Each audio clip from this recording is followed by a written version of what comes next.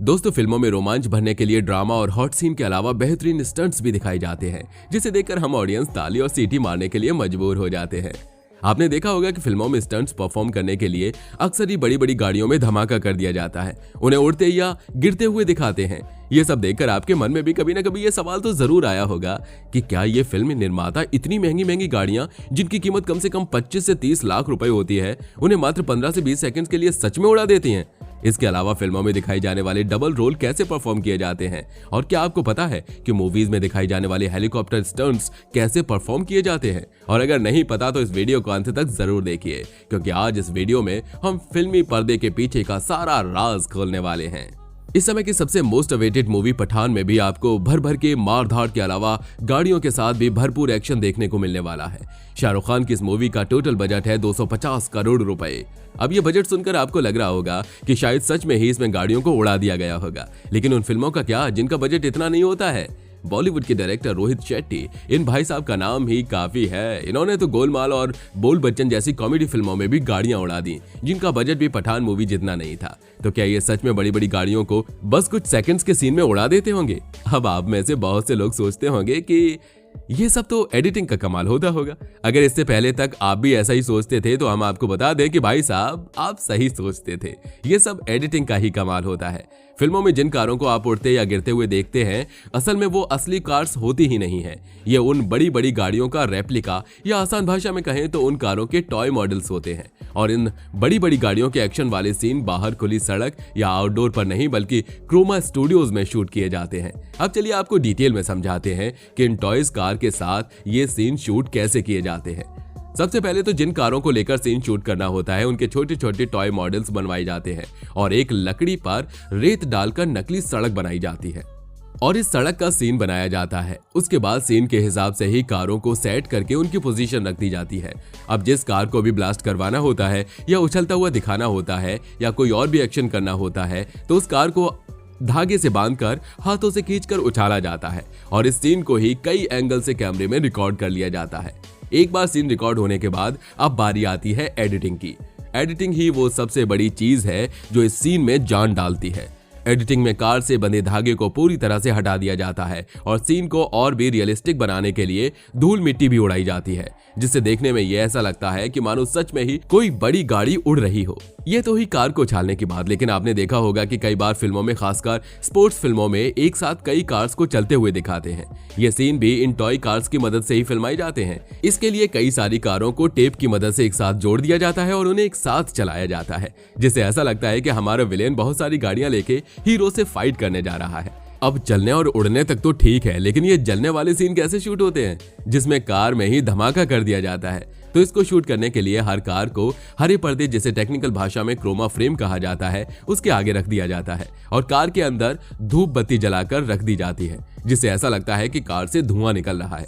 और जिस भी कार में ब्लास्ट का सीन फिल्माना होता है, उस पर जलता हुआ मोम डालकर आग लगा दी जाती है और कार्स को सीन के मुताबिक एक दूसरे पर फेंका जाता है। बाद में एडिटिंग की मदद से ये ब्लास्ट वाला सीन भी तैयार कर लिया जाता है।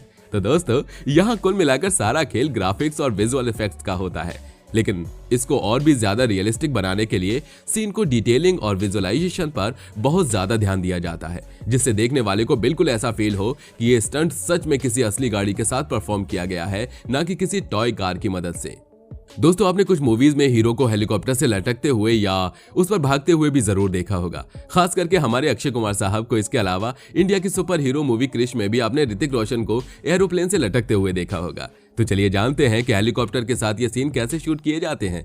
दोस्तों, बात करें क्रिश की, तो इस फिल्म में ऋतिक को प्लेन से लटकता दिखाया गया था और इसे शूट करने के लिए क्रोमा और वीएफएक्स तकनीक का इस्तेमाल किया गया था। इन तकनीक की मदद से ऋतिक के अलग से शूट किए गए सीन को एडिटिंग की मदद से एक कर दिया गया था, यानी कि दोनों अलग अलग शूट हुए सीन को मर्ज कर दिया गया था, जिससे ऐसा लगता था कि ऋतिक खुद ही प्लेन से लटके हुए हैं। लेकिन सच तो ये है कि उस समय वहां कोई प्लेन था ही नहीं और ये सीन भी स्टूडियो के अंदर ही क्रोमा फ्रेम के सामने शूट किया गया था। और इसके अलावा आपने अक्षय कुमार के जो भी हेलीकॉप्टर सीन देखे होंगे, उनके लिए अक्षय को लोहे की केबल से बांधा जाता है और उन्हें साथ में पैराशूट भी दिया जाता है। इसके बाद वीएफएक्स और एडिटिंग की मदद से सीन को इस तरह से क्रिएट किया जाता है जिससे लगता है कि अक्षय हेलीकॉप्टर पर बिना किसी सेफ्टी के लटक रहे हैं। इस सीन को शूट करते समय हेलीकॉप्टर को बहुत कम ऊंचाई पर उड़ाया जाता है और इसकी स्पीड भी बहुत कम रखी जाती है। साथ ही एक्टर की सुरक्षा के सारे इंतजाम भी वहां मौजूद होते हैं। इसके अलावा मारधाड़ वाले एक्शन के लिए भी हीरो को केबल से बांध दिया जाता है, जिसकी मदद से वो वहां से हवा में उड़ता हुआ नजर आता है। इस सीन को भी क्रोमा स्टूडियोज में गद्दे लगाकर शूट किया जाता है और बाद में एडिटिंग की मदद से गद्दों की जगह सड़क या मैदान का सीन लगा दिया जाता है, जिससे ऐसा लगता है कि हमारा हीरो सड़क या मैदान पर एक्शन कर रहा है। ये तो बात हुई एक्शन की। चलिए अब बात करते हैं फिल्मों की सबसे मजेदार चीज के बारे में, जो है फिल्मों में दिखाई जाने वाले डबल रोल्स। आज के टेक्नोलॉजी के जमाने में डबल रोल फिल्माना सच में कोई बड़ी बात नहीं है। इसके लिए सबसे पहले एक्टर के सामने एक स्टैंड रख दिया जाता है और एक्टर उस स्टैंड को अपना हमशक्ल मानकर अपने डायलॉग बोलता है और फिर अपनी कॉस्ट्यूम बदलकर स्टैंड की जगह खड़े होकर अपने हमशक्ल का डायलॉग बोलता है और इन दोनों सीन को अलग अलग एंगल से शूट कर लिया जाता है, जिसे बाद में सॉफ्टवेयर की मदद से मर्ज कर दिया जाता है। इसे देखने वालों को ऐसा लगता है कि पर्दे पर एक ही शक्ल के दो लोग आपस में बातचीत कर रहे हैं। यहाँ वीएफएक्स और स्पेशल इफेक्ट्स के अलावा एक्टर की एक्टिंग स्किल्स में भी दम होना बहुत जरूरी होता है, क्योंकि एक अच्छा एक्टर ही दोनों रोल्स को एक साथ अलग अलग एक्सप्रेशन के साथ कर सकता है।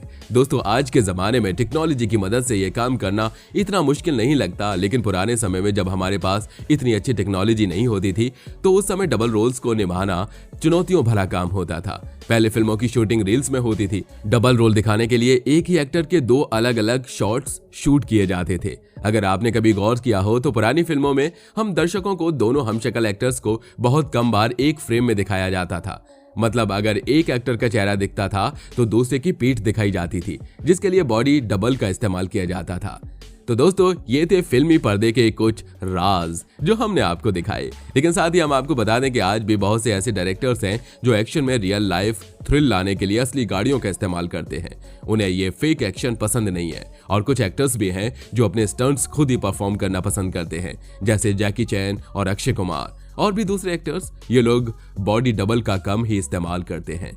दोस्तों, आपको आज की वीडियो कैसी लगी हमें कमेंट करके जरूर बताइएगा और इस वीडियो को लाइक करके चैनल को जरूर सब्सक्राइब कर लें, क्योंकि हम ऐसे इंटरेस्टिंग वीडियोस आप तक हमेशा लाते रहते हैं।